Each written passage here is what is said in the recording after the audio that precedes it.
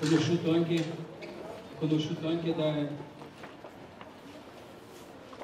dalle persone che non conoscono la Bibbia. Luca 10:25. Anzi no, leggiamo un po' prima.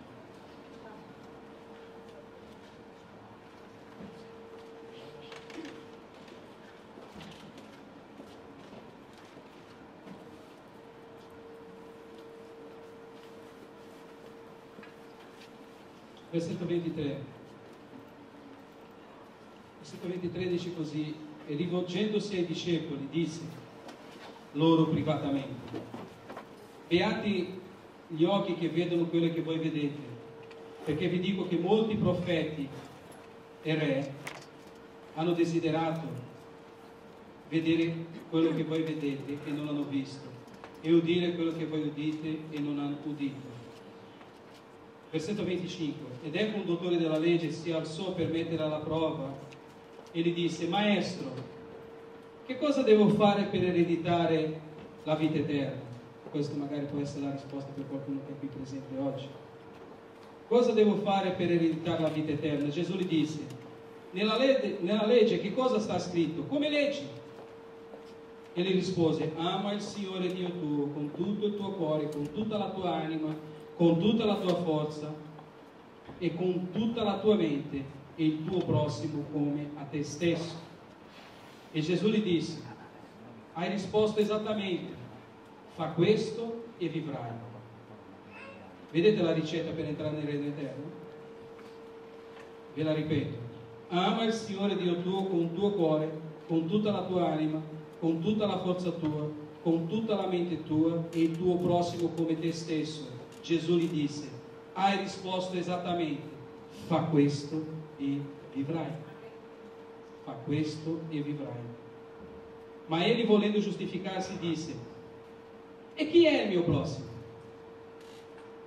E Gesù rispose: un uomo scendeva da Gerusalemme a Gerico e si imbatté nei briganti, che lo spogliarono, lo ferirono e poi se ne andarono, lasciandolo mezzo morto.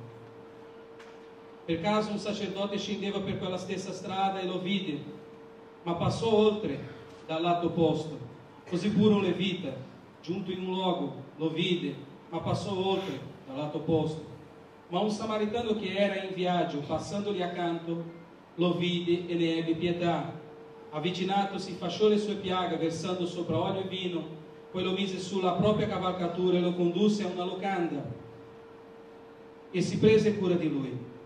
Il giorno dopo prese 2 denari, li diede all'oste e gli disse: prendi cura di lui, e tutto ciò che spenderai di più te lo rimborserò al mio ritorno.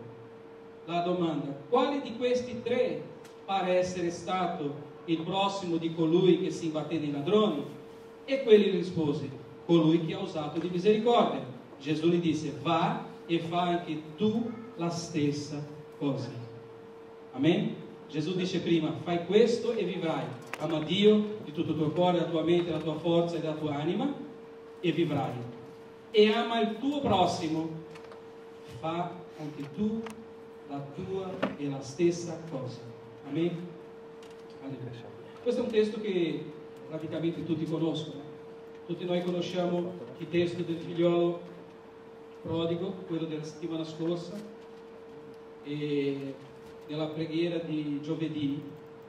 Interessante, una sorella, adesso non mi ricordo bene esattamente le sue parole, ma lei nella preghiera ha chiesto di parlare, di dare una testimonianza. Non è qui presente.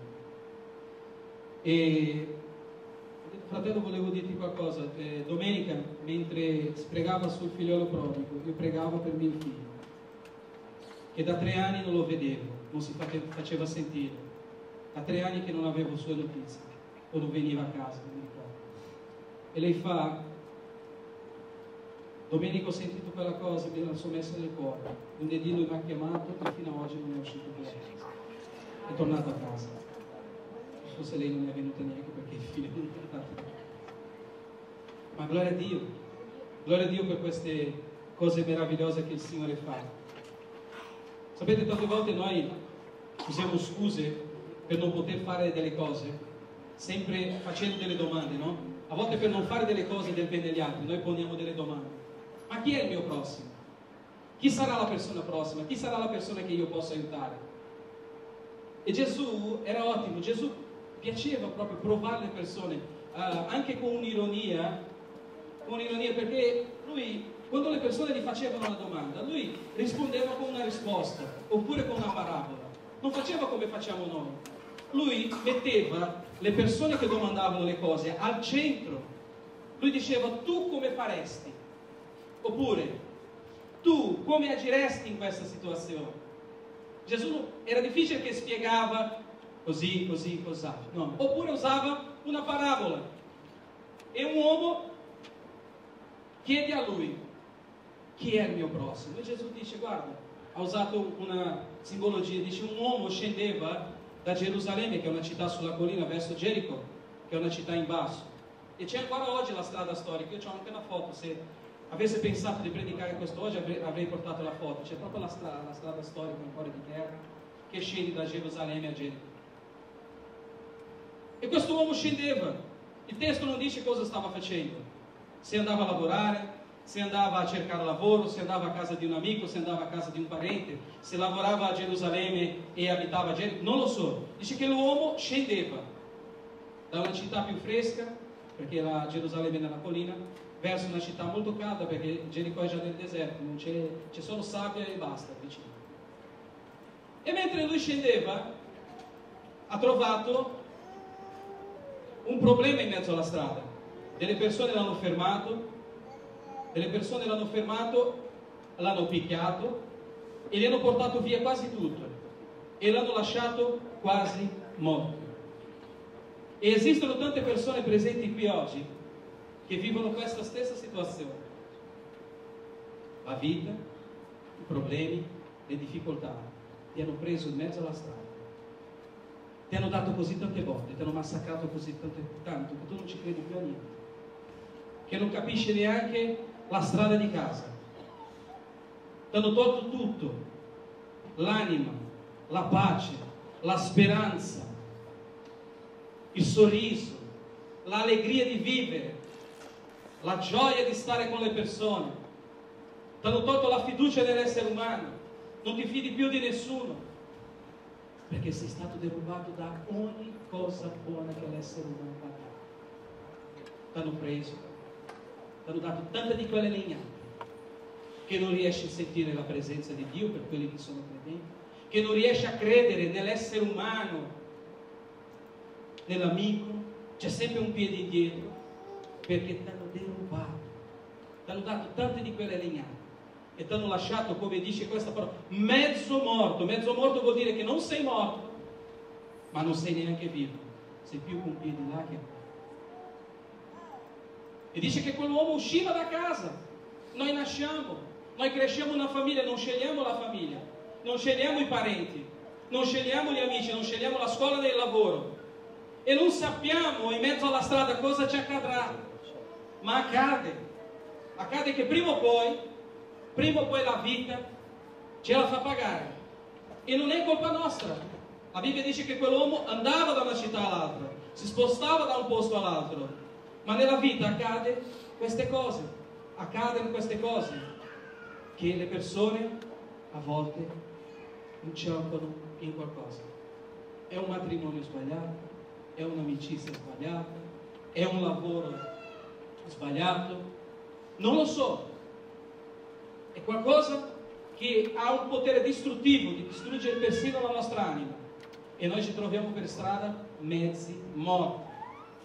E quando lui dice qua mezzo morto era senza poter di muoversi, senza poter chiedere aiuto, perché noi non sentiamo nel testo dicendo che l'uomo gridava a qualcuno che passava aiuto, no, era mezzo morto.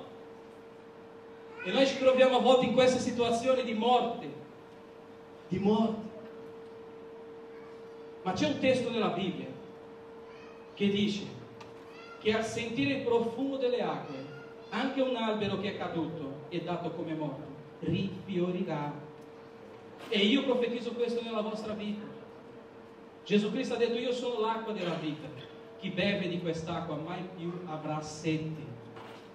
E se tu ti trovi, se noi ci troviamo come un albero morto per strada, senza più fiori, che qualcuno ha detto serve soltanto per essere tagliato e bruciato come legna da ardere, nella Bibbia c'è scritto che quando passerà solo il profumo dell'acqua di Cristo, quest'albero rivivrà, rifiorirà e darà di nuovo frutto.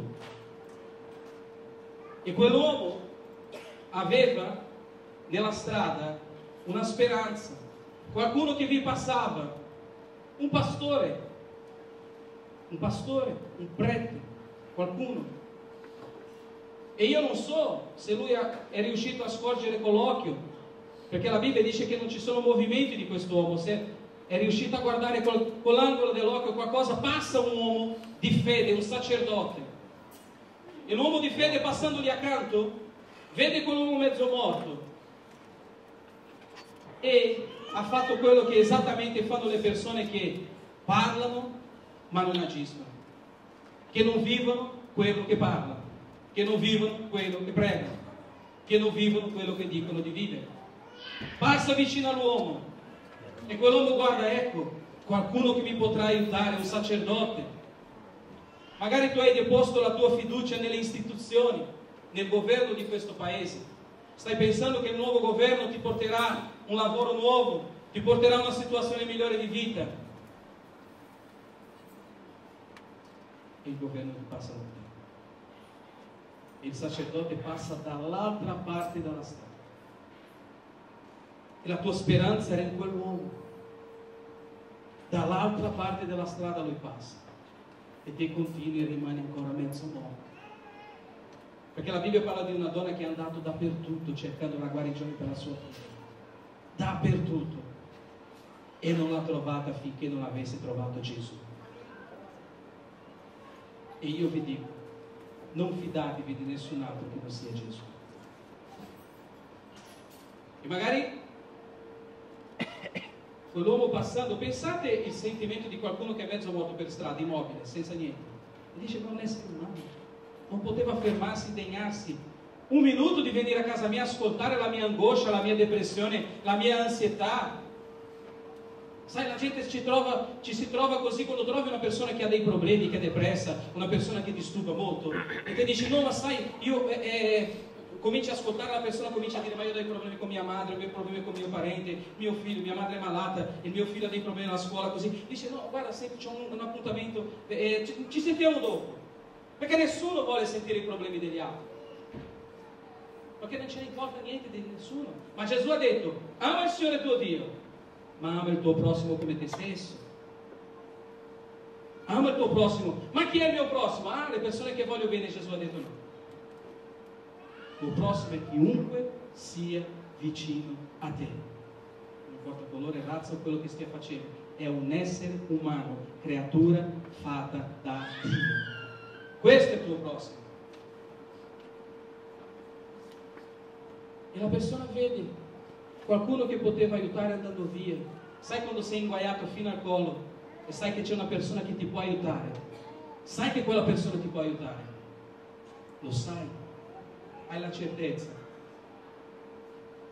E tu deponi la tua fiducia in quella persona, tu dici: guarda, io vado da Tizio, no, da Tizio non ci vado, da quella, ma c'è quella persona, quello se vado a chiedere me aiuterà.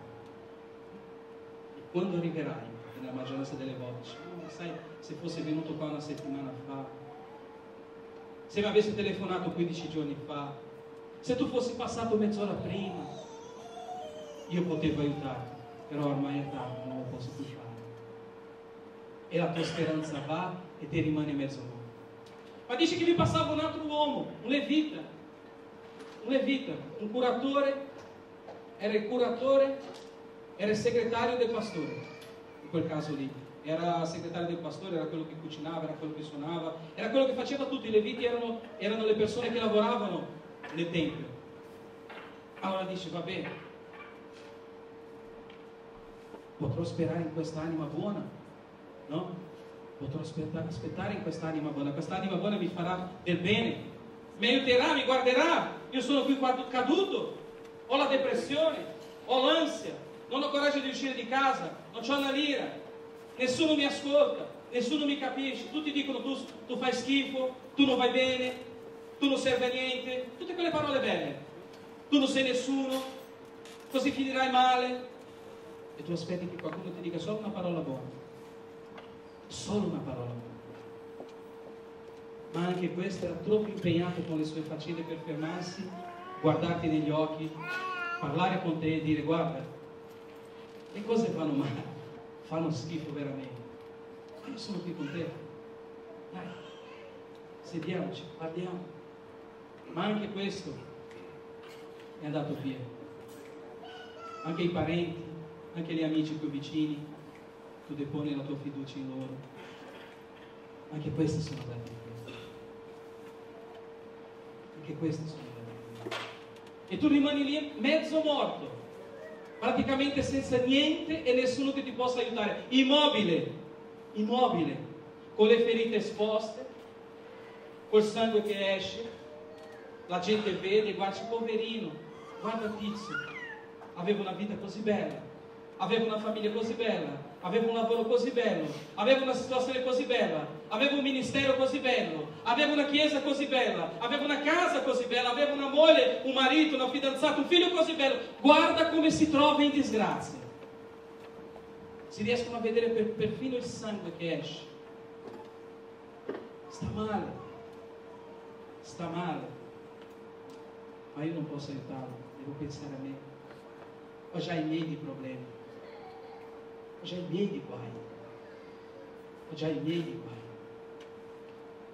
prima aiuto me e poi mai, se mai, quando mai, e se posso, e se ci sarà aiuterò anche lui, ma prima devo sistemare me.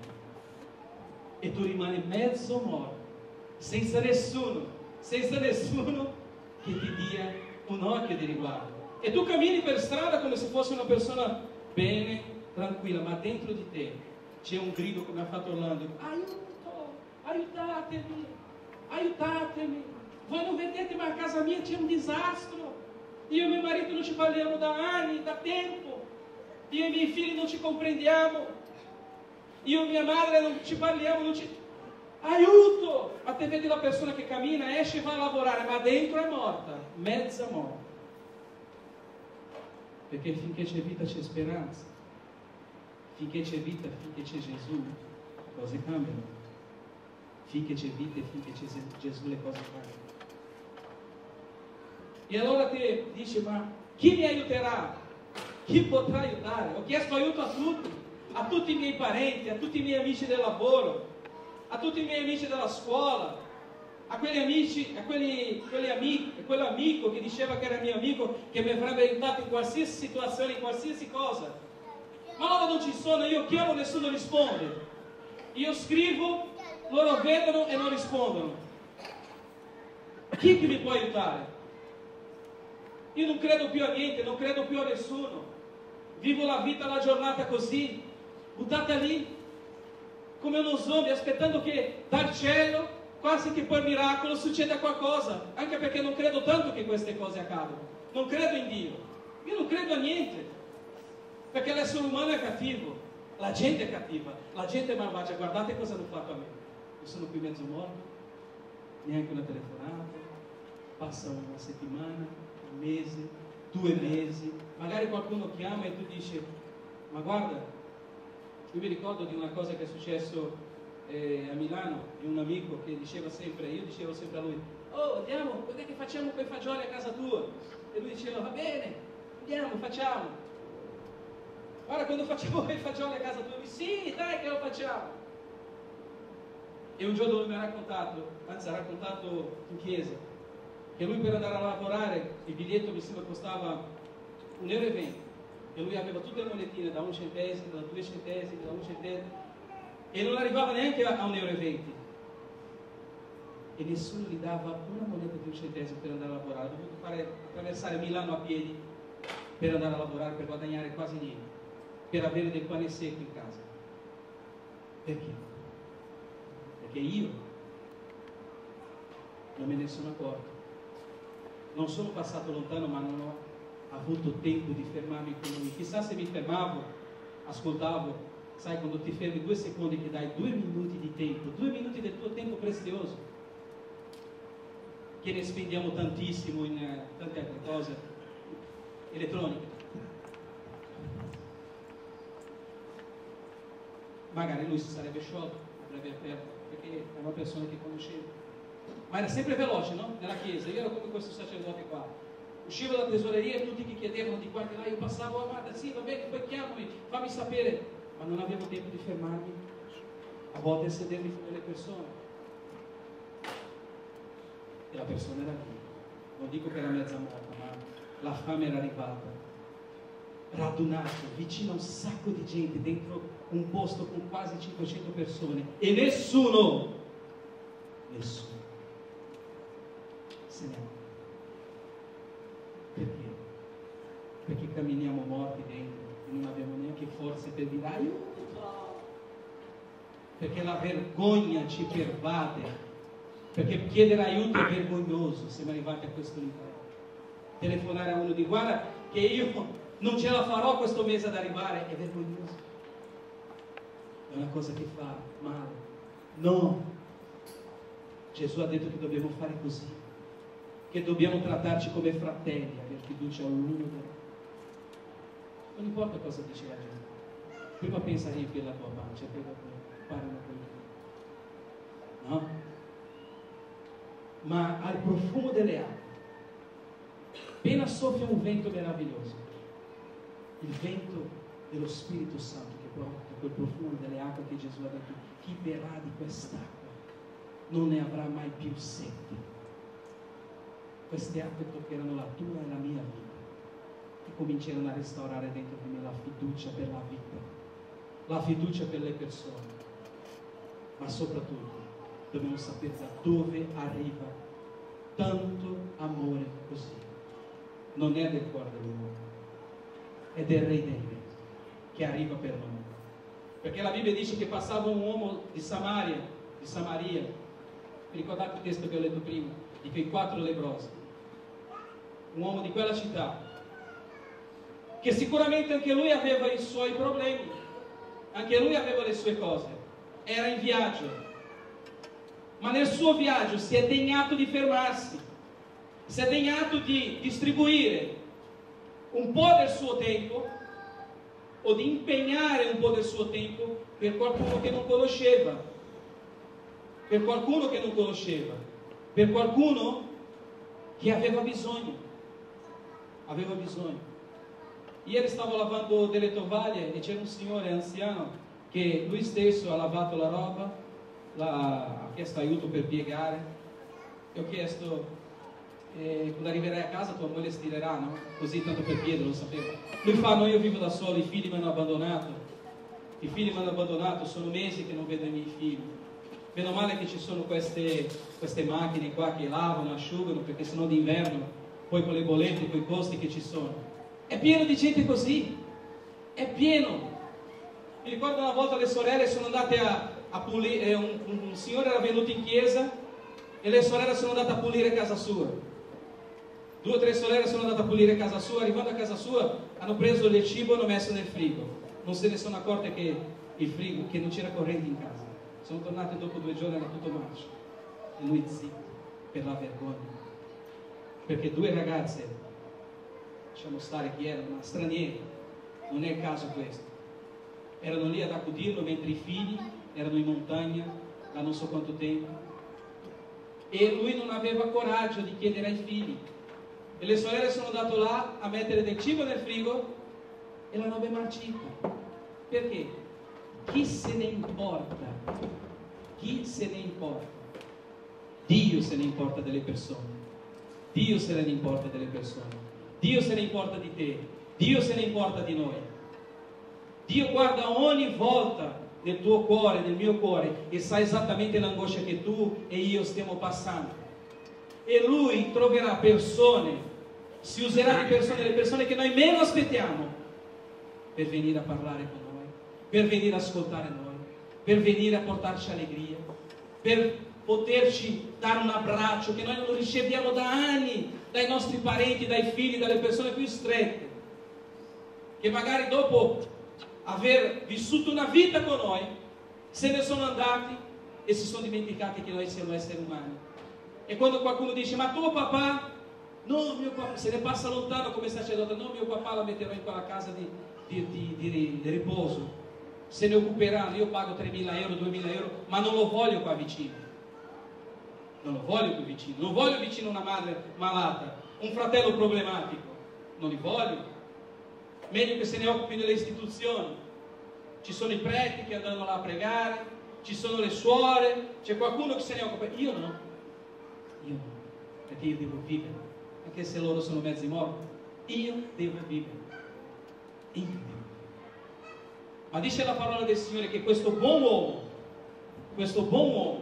che non guadagnava niente, che non avrebbe avuto nessun guadagno in questo affare, passando da lì, vide quella persona e dice che il cuore di quell'uomo era diverso dal cuore dei primi due.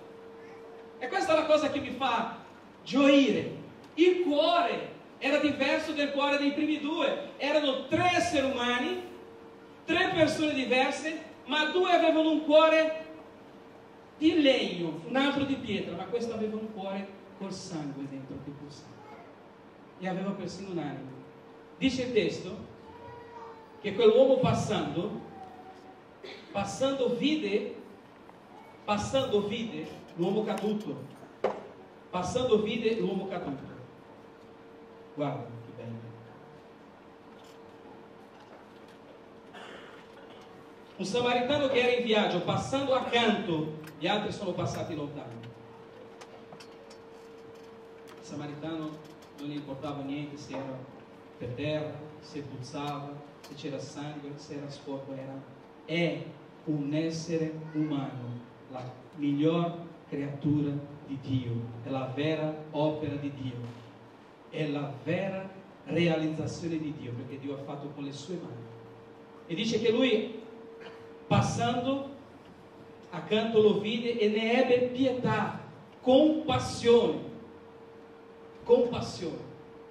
Quante persone vicine a noi dentro gridano: abbiate pietà di me, abbiate compassione di me. Ma noi non guardiamo più le persone negli occhi. Io non guardo più le persone negli occhi, non le guardo più. Ne ebbe compassione. Avvicinatosi, fasciò le sue piaghe, versandovi sopra olio e vino, poi lo mise sulla sua cavalcatura e lo condusse a una locanda e si prese cura di lui.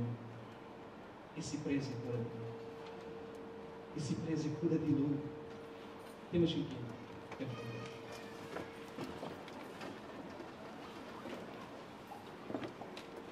Gesù è passato nella mia e nella tua vita, quando nessuno voleva sapere di noi, quando nessuno ci guardava in faccia, quando nessuno ascoltava il nostro grido. Lui è passato vicino. Ha guardato la nostra situazione, ha avuto compassione e piano piano ha cominciato a fasciare le nostre ferite col suo amore. Piano piano ha cominciato a versarvi dell'olio della nostra vita per ridonarci allegria, gioia, per ridonarci speranza, per ridonarci questa certezza che noi siamo su questa terra ma non siamo da soli, che almeno uno ci ama, e ci ama di un amore incondizionale, che almeno uno ti ama, fratello mio, sorella, amico, amica che è qui oggi, ti ama sul serio. Qualcuno che ti guarda negli occhi ma non chiede perché sei caduto e non ti condanna perché ti trovi per strada, soltanto vuole farti rialzare. Gesù non è venuto per abbattere nessuno, per rialzare, per tirare le persone dal pantano del fango, dell'umiliazione, del disprezzo e metterli in piedi su una roccia e lavarli e pulirci e darci nuova gioia di vivere, vestiture nuove, il diritto di stare in mezzo alle persone con la testa alta, non sentendosi più piccoli, non sentendosi gli ultimi, ma sentendosi qualcuno amato da Dio. Gesù è passato nella mia e nella tua vita e ha cominciato a rialzarci, perché eravamo solo mezzi morti, ma Lui ci ha ridonato la vita, Lui ci ha ridonato la felicità, Lui ci ha ridonato l'allegria, Lui ci ha ridonato persino la fiducia che adesso io posso amare il mio prossimo perché io sono in piedi. Ci ha dato forza per guardare le persone, per non misurarle più, per non giudicarle più per le cose che fanno o per le cose che lasciano di fare, ma guardare negli occhi come esseri umani bisognosi, perché non sempre il quadro che noi vediamo fuori è quello che c'è dentro. Dentro solo il Spirito Santo, solo il Signore può rivelare. Ma se noi siamo pieni dello Spirito Santo di Dio, il Signore parla con noi e dice: prega per quel fratello, prega per quella sorella. E quando meno ti aspetti, una chiamata arriva. Dici: ieri ho sentito qualcosa, stavo per farmi del male, stavo per fare del male a mio figlio, a mia figlia, stavo per lasciare mio marito, stavo per fare qualcosa a casa, stavo per fare qualcosa, ma ho sentito qualcosa che me lo ha impedito. E questa è la presenza di Dio, è la preghiera di un santo, è la preghiera di qualcuno che se ne importa di te. E Gesù è passato, ha versato dell'olio, ha fasciato le nostre ferite, ha preso una croce, su quella croce ha messo la mia e la tua vita sopra e l'ha caricata la vita di ognuno di noi e l'ha portato fino al Calvario, è morto e risorto e ha detto: è tutto pagato, è tutto pagato. Credete che è tutto pagato? Amen. Non avete pagato voi, non ho pagato io, nessuno poteva pagare quel prezzo, perché la gente che mi passava guardava e giudicava. Per questo non c'è più speranza, per quella famiglia non c'è più speranza, per quel giovane non c'è più speranza, per questa coppia non c'è più speranza, per lui, per me, per tutti non c'è più speranza. Gesù ha detto: pago io per loro, ridò io la speranza, ridò io la vita, e da adesso in poi loro potranno camminare con le proprie gambe. E il Signore ha fatto questo, ci ha trascinato sulle sue spalle, ha preso tutti i nostri peccati, come c'è scritto in Colossesi, li ha inchiodati nella croce, firmato col suo sangue, pagato. Gesù da Nazareth. Adesso loro sono i miei, siamo stati acquistati a caro prezzo. Oggi abbiamo un valore incommensurabile, perché chi ci ha comprato è stato Gesù Cristo di Nazareth. Per cui non permettere a nessuno di dire che tu non sei nessuno. Tu sei unico, amato da Dio e hai un valore, perché qualcuno è morto per pagare per la tua vita e per la mia, e non era uno qualsiasi.